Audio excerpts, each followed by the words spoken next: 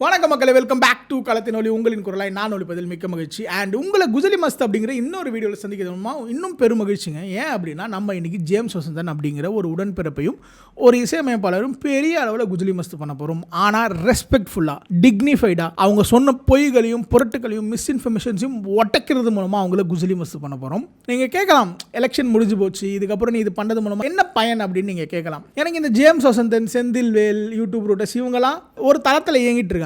அவங்க ஒரு கட்சியை ஏற்றி பேசுறாங்க, இன்னொரு கட்சியை இறக்கி பேசுறாங்க. அது வரைக்கும் எனக்கு எந்த ஒரு பிரச்சனையும் இல்லை. அவங்களுக்கு வயிற்று பழப்பு ஓடுது அப்படி பேசுறது ஒண்ணுமா, அதனால அவங்க அதை பண்ணிக்கிட்டு இருக்காங்க. ஆனா எனக்கு எந்த இடத்துல பிரச்சனை அப்படின்னா, ஒரு கட்சியை இறக்கி பேசும்பொழுது அந்த கட்சியின் தலைவரையோ அந்த கட்சி கொண்ட கொள்கைகளையோ இல்லை அந்த கட்சியின் நிலைப்பாடுகளையோ முடிவுகளையோ கிரிட்டிசைஸ் பண்ற வரைக்கும் ஓகே. ஆனா இவங்க எல்லாம் என்ன பண்றாங்க அப்படின்னு பாத்தீங்கன்னா, அந்த கட்சியின் சப்போர்ட்டர்ஸ் இருக்காங்க இல்லையா, அந்த கட்சியின் தொண்டர்களையும் கட்சிக்கு வெளில இருந்து சப்போர்ட் பண்ற பெண்கள், ஆண்கள், இவங்களை இழிவுபடுத்தி பேசுறாங்க. இவங்க அந்த கட்சிக்கு ஓட்டு போட காரணத்தை வந்து சிறுமைப்படுத்தி பேசுறாங்க. இவங்களுக்கு அரசியல் அறிவு இல்ல, இவங்க எல்லாம் நம்ம வளர்த்து விட்டு இருக்க கூடாது, இவங்க தற்கொலைகளா இருக்காங்க அப்படிங்கறத சொல்லி அவங்கள ஒரு இன்ஃபீரியாரிட்டி காம்ப்ளெக்ஸ்க்குள்ள தள்ளுறாங்க. இது ஒரு முதல் உளவியல் தாக்குதல். இரண்டாவது உளவியல் தாக்குதல் என்னன்னா, நீங்க இன்னைக்கு சோத்துல உப்பு போட்டு சாப்பிடுறீங்கன்னா அது கலைஞர் போடுது, நீங்க இன்னைக்கு சட்டை போட்டிருக்கீங்கன்னா அது ஸ்டாலின் போடுது, நீங்க நாளைக்கு ஜெட்டி போட போறீங்கன்னா அது உதயநிதி ஸ்டாலின் கொடுத்தது அப்படின்ட்டு இவங்க ஒரு குற்ற உணர்ச்சிக்குள்ள நம்மள தள்ளுறாங்க. பாத்தீங்களா, இது ஒரு உளவியல் தாக்குதல். நம்ம மனசு என்ன ஆகும்னா, நம்மள ஒரு இன்ஃபீரியாரிட்டி காம்ப்ளெக்ஸ்க்குள்ள தள்ளுறாங்க, நம்மள ஒரு குற்ற உணர்ச்சிக்குள்ள உள்ளாக்குறாங்கன்னா நம்ம மனசுல இருந்து ஒரு படிப்பினை எடுத்துக்கும். என்னன்னா, சரி நம்ம அடுத்த வாட்டி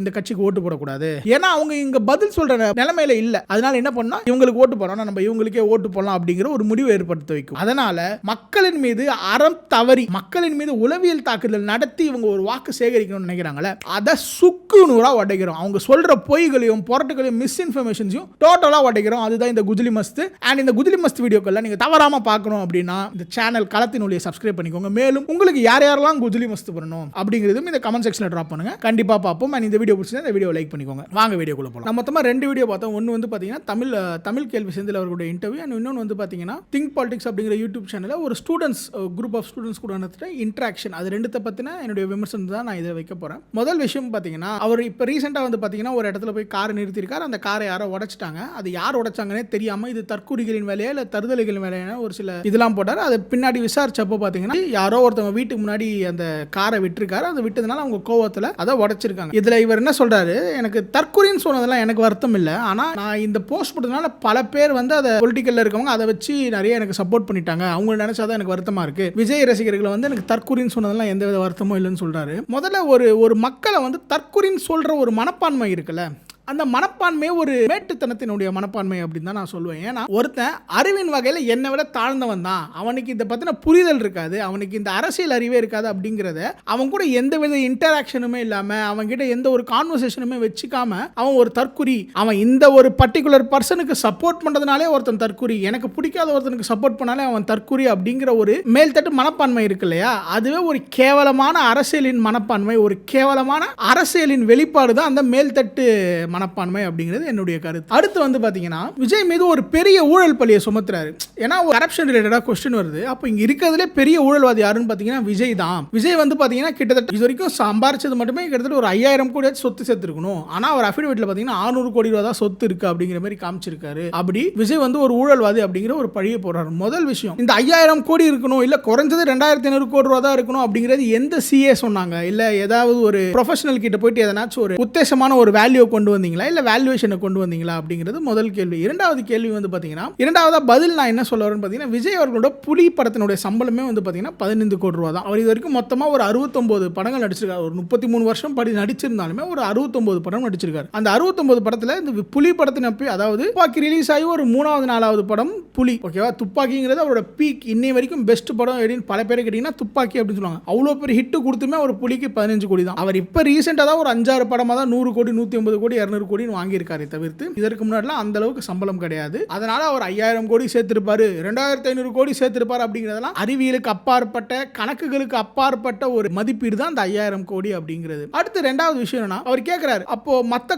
கட்சியில இன்னும் மத்த பேர்லாம் இருக்காங்க, அவங்களாம் பாத்தீங்கன்னா அஃபிடவிட்ல கம்மியா இருக்காங்க சொல்லும்போது என்ன டைரக்டா சொல்லுங்க உதயநிதி தானே அப்படின்னு கேட்டுட்டு, உதயநிதி வரும் நான் கரப்ஷன் இல்லாத கவர்மெண்ட் தரேன்னு சொல்லி, உதயநிதி ஒன்றும் நான் கரப்ஷன் இல்லாத கவர்மெண்ட் தரேன்னு சொல்லி, உதயநிதி நான் ஒன்றும் பரிசுத்தமானு சொல்லி, நான் தூய சக்தின்னு உதயநிதி சொல்லிட்டு கேவலமான முட்டு. இதுதான் ஒரு கொத்தடிமைக்கான அடையாளம்னு சொல்லுவாங்கல்ல, இதுதான். உதயநிதி சொல்லலையே, ஆனா இவர் சொல்லியிருக்காருல, உத்தமன் ஒருத்தன் தானே சொல்லிக்கிறானா அவன் உத்தமனா இருக்கணும், இன்னொருத்தன் உத்தமனா இருந்தா என்ன இல்லனா என்ன, ஏன்னா அவன் தன்னை உத்தமன்னு சொல்லிக்கலையே அப்படின்ற ஒரு கேவலமான மனப்பான்மை, அறிவியலுக்கு அப்பாற்பட்ட மனப்பான்மை தான் ஜேம்ஸ் வசந்தன் அவர்களுடையது. நான் இன்னொன்னு சொல்றேன், விஜய் அவர்கள் ஊழல் செஞ்சாருன்னு சொன்னீங்களே, ஐடி இன்கம் டாக்ஸ் டிபார்ட்மெண்ட் என்ன பண்ணிருக்கும்னு நினைக்கிறீங்க? இன்கம் டாக்ஸ் டிபார்ட்மெண்ட் வந்து ப்ரொடியூசரோட இன்கம் டாக்ஸ் ஆடிட் பண்ணுவாங்க, தியேட்டரோட இன்கம் ஆடிட் பண்ணுவாங்க, விஜயோட இன்கம் ஆடிட் பண்ணுவாங்க, விஜய்க்கு யாராவது மார்க்கெட்டிங் பண்ணாங்கன்னா அவங்களோட இன்கம் ஆடிட் பண்ணி இதெல்லாமே வச்சு தான் விஜய் வந்து சரியா டாக்ஸ் கட்டாரா, சரியா அவருடைய வருமானத்தை காட்டியிருக்காரா அப்படிங்கிறதெல்லாம் அவங்க கணக்கு பண்ணுவாங்க. அப்படி கணக்கு பண்ணி இன்னைக்கு விஜய் இந்தியாவிலேயே பார்த்தீங்கன்னா 2வது ஹையஸ்ட் டாக்ஸ் பேயிங் இண்டிவிஜுவல். ஓகேவா, 80 கோடி ரூபா அவர் டாக்ஸ் கட்டிட்டு இருக்காரு வருஷத்துக்கு. அவரை போய்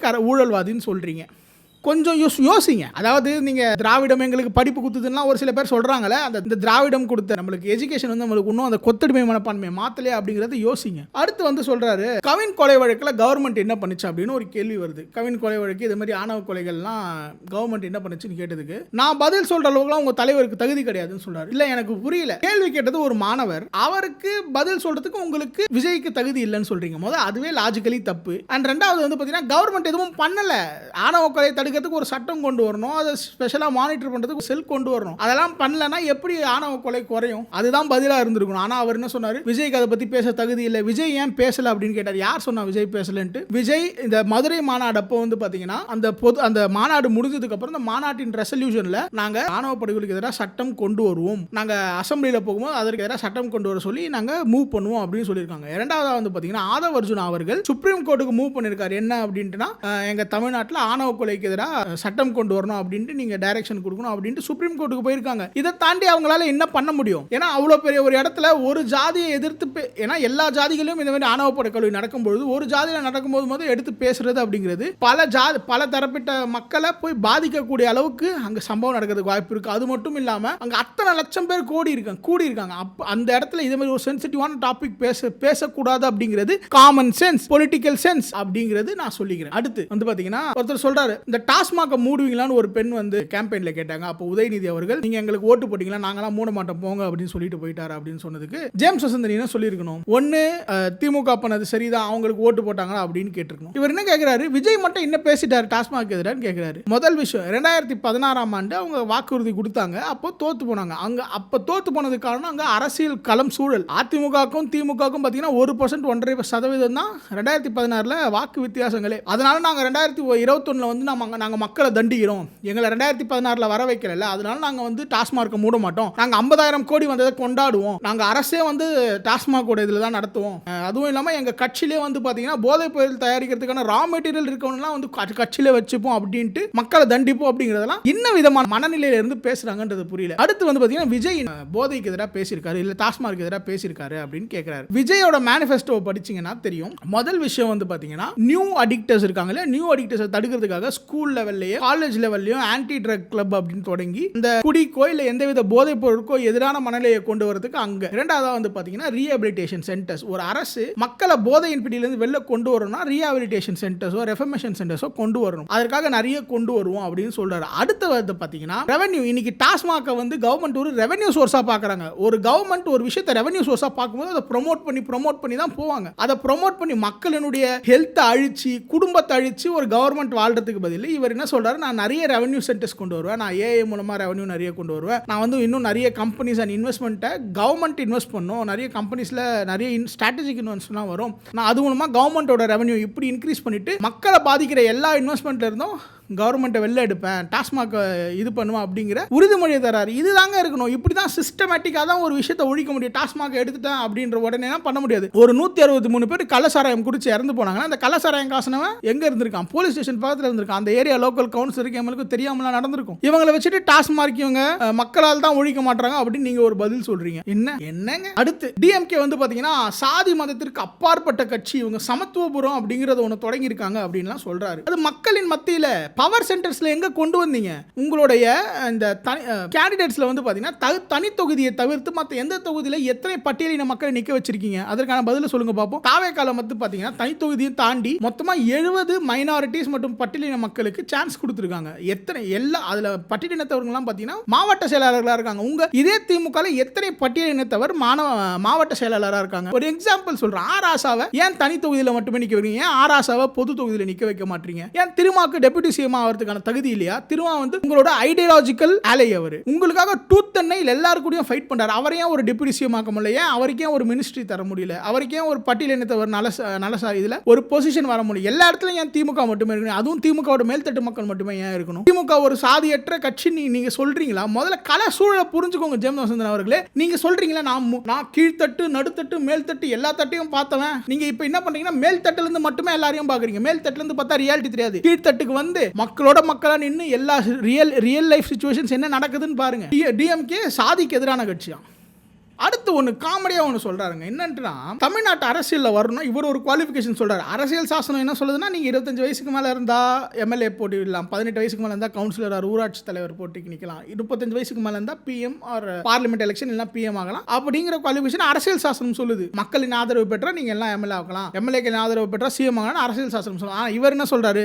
கிடையாது, நீங்கள் மண்ணில் கால வைக்கணும், நீங்கள் 5-10 வருஷம் இங்கே இருக்கு, உங்களுக்கு அம்மா அப்பா இருக்கக்கூடாது, அம்மா இல்லைனா அப்பா அதில் யாராவது ஒருத்தர் இருக்கக்கூடாது. ஏன்னா நீங்கள் வந்து ரொம்ப கடினமான சிச்சுவேஷன்ஸ் எல்லாம் இது பண்ண போறீங்க. அப்போ உங்களுக்கு அம்மா இல்லைனா அப்பா யாராவது ஒருத்தர் இல்லைனா தான் நீங்க அரசியல்ல சரியா வர முடியும். அப்படிங்கிற மாதிரி அறிவிற்கும் அரசியலுக்கும் பார்ப்பட்ட பல முட்டாள்தனமான கருத்துக்களை பதிவிச்சிருக்காரு. அடுத்து வந்து பாத்தீங்கன்னா Vijay is born in silver spoon. அவருக்கு அதனால மக்களின் கஷ்டங்கள்லாம் தெரியாது. இந்த கேள்வியா உதயநிதி இதுக்குள்ள வரும்போது வரல உங்களுக்கு? இதே உதயநிதி சில்வர் ஸ்பூன்ல பிறக்கலையா? இதே ஸ்டாலின் அவர்கள் சில்வர் ஸ்பூன்ல பிறக்கலையா? இதே இன்னைக்கு டிஎம்கேல இருக்க பல அரசியல்வாதிகளின் பிள்ளைகள் எல்லாம் சில்வர் ஸ்பூன்ல பிறக்காம என்ன பித்தளையும் மர ஸ்பூன்லயா பிறந்துகிட்டு இருக்காங்க? அவங்க எல்லாம் அரசியலுக்கு வரலாம், ஆனா விஜய் அரசியலுக்கு வரக்கூடாது. இது ஏன்? இது வந்து வாட் பவுட்ரி மாதிரி போல. இவங்களை சொல்றீங்களா, அப்ப இவங்களை பாருங்க அப்படின்னு நான் கொண்டு போல. ஆனா ஒருத்தவங்களை மதிப்பிடுறீங்கன்னா அதே மதிப்பீடு எல்லாருக்குமே இருக்கணும்ல. விஜய வந்து நீங்க born in silver spoon இருக்கீங்க, அதனால அரசியல் வரக்கூடாதுன்னா அதே மதிப்பீடுல உதயநிதி ஸ்டாலின் இருக்கணும், ஸ்டாலின் அவர்கள் இருக்கணும், மத்த வாரிசு அரசியல் பண்ற எல்லாருக்கும் இருக்கணும் இல்லையா? இந்த வாரிசு அரசியல் சொன்னவனே வருது. ஒருத்தவங்க கேக்குறாங்க, ஒரு பெண்மணி வாரிசு அரசியல் பண்றாங்களே இது தப்பு தானே அப்படின்னு சொல்றாங்க. அதுக்கு இவர் பதில் சொல்றாரு. எனக்கு அப்படியே அந்த லூசி படத்துல இந்த 100% பிரெயின் ஆக்டிவேட் ஆனதுக்கு அப்புறம் ஒரு பதில் சொல்ற மாதிரி இருக்கு. வாரிசு அரசியல்னால நீங்க என்ன பாதிக்கப்பட்டுட்டீங்க அப்படின்னு கேக்குறாருங்க. எனக்கு புரியல. இதே மாதிரி பதில் ஒருத்தர் சொல்லியிருக்காரு. ஜெயரஞ்சன், அந்த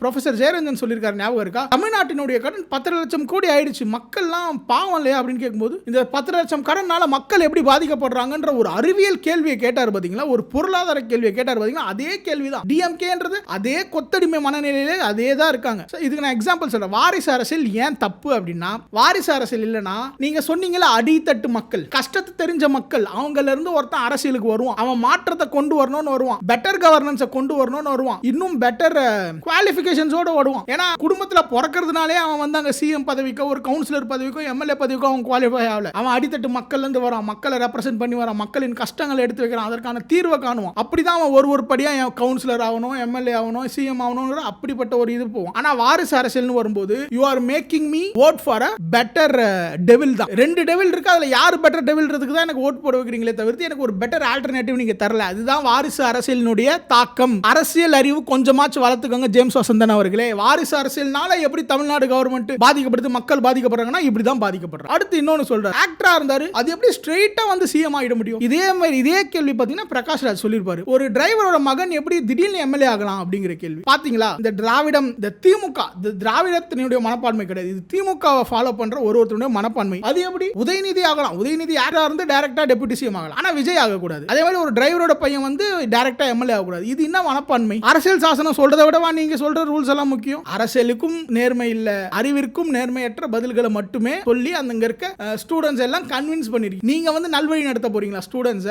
இதே மாதிரி உளவியல் தாக்குதல் தான் அவங்க மேல நடத்திருக்காங்க. அந்த இன்டர்வியூ, அந்த ஸ்டூடெண்ட் இன்டராக்ஷன்ல பாத்தீங்கன்னா இதே மாதிரியான உளவியல் தாக்குதலை அவங்களை ஆளாக்கி இருக்காங்க. அடுத்து இன்னொரு கேள்வி கேட்கறாங்க. தமிழ்நாட்டில் வந்து பாத்தீங்கன்னா குற்றங்கள் அதிகரிச்சுட்டே போகுது, அதனால மக்கள் எல்லாம் பாதிக்கப்படுறாங்க, அதனால வந்து ஆட்சி சரியில்லை அப்படின்னு அவங்க சொல்றாங்க. அது எப்படி ஒரு மாநிலத்தில் குற்றங்கள் நடக்கிறதுனாலேயே ஒரு ஆட்சி சரியில்லைன்னு எப்படி சொல்ல முடியும்? எப்படி குற்றங்களை வச்சு ஒரு ஆட்சியை மதிப்பிடுவீங்கன்னு ஒரு கேவலமான கேள்வி. இதை வந்து தன்னை ஒரு புத்திசாலி நினைச்சு கேட்கிறாரு. ஏன்னா அங்க உட்காந்து சின்ன பசங்க, அவங்களுக்கு இது மாதிரி இதனாலதான் இது நடக்குதுன்னு சொல்ல தெரியாது. ஓகேவா? ஆனா என்ன ஆக்சுவல் பிரச்சனை அப்படின்னா குற்றங்களை வச்சு அரசினுடைய ஆட்சிமை இருக்குல்ல, அதை கண்டிப்பா கிரிட்டிசைஸ் பண்ணலாம். ஏன் நான் சொல்றேன், ஃபர்ஸ்ட் சிஎம் அவர்கள் அசம்பிளி ஸ்பீச் கொடுக்குறாரு. அப்பதான் மெரினா பீச்ல விக்னேஷ் அப்படிங்கிறவர் இறக்குறாரு கஸ்டோடியல் டெத்ல. அதை சிஎம் அவர்கள் பாத்தீங்கன்னா சட்டசபையில இது கஸ்டோடியல் டெத்தே கிடையாது அப்படின்ட்டார். அதுக்கப்புறம் பாத்தீங்கன்னா கஸ்டோடியல் டெத், இந்த இன்ஃபர்மேஷன் ஏன் எஃபிஷியன்ட்டா பாஸ் ஆகல, ஏன் அதை வந்து தப்பா பதிவிடப்படுது, தப்பான இன்ஃபர்மேஷன் ஏன் சிஎம் காதுக்கு போது முதல் விஷயம். இரண்டாவது விஷயம் பாத்தீங்கன்னா டிஜிபி ஏன் அப்பாயிண்ட் பண்ணல, அது வந்து ஒரு அட்மினிஸ்ட்ரேட்டிவ் இஷ்யூஸ் தானே. டிஜிபி இன்ன வரைக்கும் அப்பாயிண்ட் பண்ணல, இன்ன வரைக்கும் வந்து ஒரு பெர்மனன்ட் டிஜிபி தமிழ்நாட்டுக்கு கிடையாது. அதனால லா அண்ட் ஆர்டர்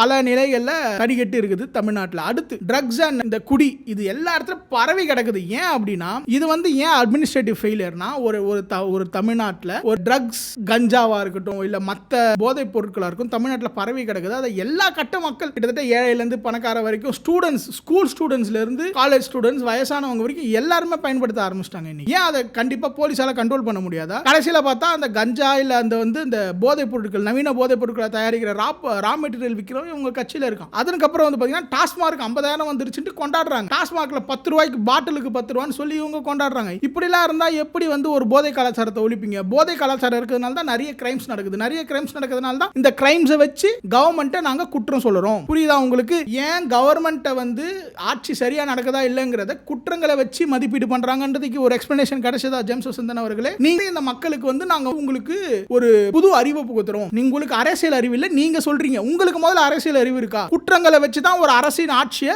மதிப்பீடு பண்ண முடியும். இந்த அரசு வந்ததுக்கு அப்புறம் 40% பட்டியல் இனத்தவர்கள் மீது நடத்தப்படுற கிரைம் அதிகமாயிருக்கு. இப்ப ரீசெண்டா பாத்தீங்கன்னா குவாரியின் வளத்தை யாரு மெயின்டைன் பண்ணும்? அரசு தான் மெயின்டைன் பண்ணும். அதை விட்டுட்டு அதுல பாதாளத்துல இருக்கு எல்லா மலைகளும். மலையெல்லாம் குறைஞ்சு மலையை காணாம போய் மலையெல்லாம் பள்ளமாயிடுது. இது யாருடைய இன்எஃபிஷியன்சி? கவர்மெண்டோட இன்எஃபிஷியன்சி தான், அட்மினிஸ்ட்ரேஷனோட இன்எஃபிஷியன்சி தான். இப்படிதான் இருக்கும். இப்படிதான் ஒரு குற்றங்கள் நடக்குது. ஏன்னா அது ஒரு குற்றம். இயற்கை வளத்தை கொள்ளையடிச்சு அதுல இருந்து வர காசு சரியா கவர்மெண்ட்டுக்கு டாக்ஸ் கட்டாம இருக்கிறது ஒரு குற்றம். குற்றங்களை வச்சு ஒரு கவர்மெண்டோட அட்மினிஸ்ட்ரேட்டிவ் எஃபிஷியன்சியை அளவிடுவாங்க ஜேம்ஸ் வசந்தன் அவர்களே. இத்தனை எக்ஸாம்பிள்ஸ் இருக்கு. இதுக்கப்புறம் உங்களுக்கு எக்ஸாம்பிள்ஸ் சொன்னா கண்டிப்பா தரேன், நீங்க இந்த வீடியோ பாத்தீங்கன்னா. அடுத்ததா ஒரு பெண், அந்த பெண் வந்து பாத்தீங்கன்னா முன்னாடியே சொல்றாங்க எனக்கு அந்த அளவுக்கு அரசியல் அறிவுலாம் இல்ல, ஆனா நாங்க ஏன் ஒரு மாற்று கட்சிக்கு ஓட்டு போடக்கூடாது, இல்ல நாங்க முதல் தடவை வர்றவங்களுக்கு நாங்க ஏன் வாக்களிக்க கூடாது அப்படிங்கிற ஒரு கேள்வி கேட்கறாங்க. ஒரு பொண்ணு இவ்வளோ பெரிய ஒரு மீடியா இத்தனை பேர் பார்ப்பாங்க அப்படின்னு சொல்லும்போது தனக்கு அந்த அளவுக்கு அரசியல் அறிவு இல்லைன்னு ஒத்துக்கிறானா, அந்த பொண்ணு நீங்க என்ன பண்ணிருக்கணும்னு எஜுகேட் பண்ணிருக்கணும். இல்லமா ஃபர்ஸ்ட் தடவை வந்ததுனாலே நீங்க ஓட்டு போடக்கூடாது, இந்த ரெண்டு கட்சிகள் உங்களுக்கு என்னென்ன பிரச்சனை இருக்கு அதை இவங்க தீர்க்க முடியுமா, இவங்களுக்கு அந்த அளவுக்கு எஃபிஷியன்சி இருக்கா இல்ல இவங்களுக்கு அந்த அளவுக்கு அறிவு இருக்கான்னு பார்த்து தான் ஓட்டு போடணும்னு எஜுகேட் பண்ணாம அந்த பொண்ணு பேசி கூட முடியல.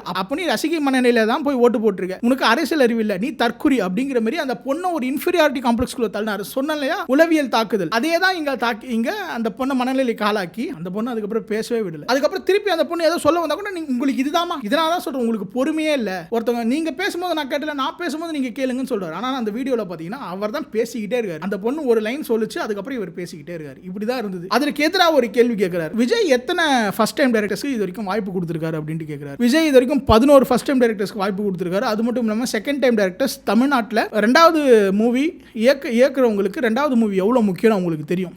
அப்படி ரெண்டாவது மூவி இயக்குறவங்க பல பேருக்கு விஜய் வாய்ப்பு கொடுத்திருக்காரு. அடுத்தது பார்த்தீங்கன்னா விஜய் அவர்கள் விஜய் மக்கள் இயக்கத்திலிருந்து 120 பேர் ஊராட்சி தேர்தலும் கவுன்சிலர் தேர்தலும் வின் பண்ணியிருக்காங்க. முதல்ல அந்த டேட்டாவை தெரிஞ்சுக்கோங்க. அடுத்து ஒரு விஜய் ஏன் அரசியலுக்கு வரணும், விஜய்க்கு அந்த அளவுக்கு அரசியல் அறிவு இல்லை, இவர் எப்படி விஜய்க்கு அரசியல் அறிவு இல்லைன்னு சொல்றாருன்னு தெரியல. இன்னொன்னு சொல்றாரு, இந்த அடுத்த 5 வருஷம் விஜய்க்கு ஆட்சிக்கு வந்தா யாரு இந்த அரசு கேரண்டி தருவா? போன அரசு ஒரு வளர்ச்சியை கொடுத்துட்டு போயிருக்காங்க, அந்த வளர்ச்சியை யாரு கேரண்டி கொடுப்பா அடுத்த 5 வருஷம் இருக்கும் அப்படின்னு சொல்றாரு. இந்த அரசு என்ன தெரியுமா வளர்ச்சி தந்திருக்கு? 4 லட்சம் கோடி இருந்து 10 லட்சம் கோடியா கடனை வளர்த்து கொடுத்துட்டு போயிருக்கு. கிராஸ் என்ரோல்மென்ட் ரேஷியோவை 51% 47% வளர்ச்சி கம்மி பண்ணிட்டு போயிருச்சு. அதுக்கப்புறம் வந்து பாத்தீங்கன்னா ட்ரக்ஸ் இருக்கு இல்லையா, போதை கலாச்சாரத்துல செமையா அதிகரிச்சு விட்டுட்டு போயிருக்கு. டாஸ்மார்க் வருமானத்தை 50,000 கோடி ஏத்தி விட்டுட்டு போயிருக்கு. இது மாதிரியான வளர்ச்சிகள் தான் இந்த அரசு விட்டுட்டு போகுது. SC/ST மக்களின் மீதான குற்றங்கள் 40% அதிகரிச்சு விட்டு போயிருக்கு. இது மாதிரியான வளர்ச்சி திட்டங்கள் தான் இந்த அரசு கொடுத்திருக்கு. இந்த வளர்ச்சியை வந்து கண்டிப்பா விஜய்னால முன்கொண்டு செல்லவே முடியாது. ஏன்னா விஜய் மக்களின் நலனுக்கான அரசியலை பண்றவர். ஒரு மக்கள் நல்ல அரசியலை பண்றவனால இந்த மாதிரியான லெகசியை கண்டிப்பா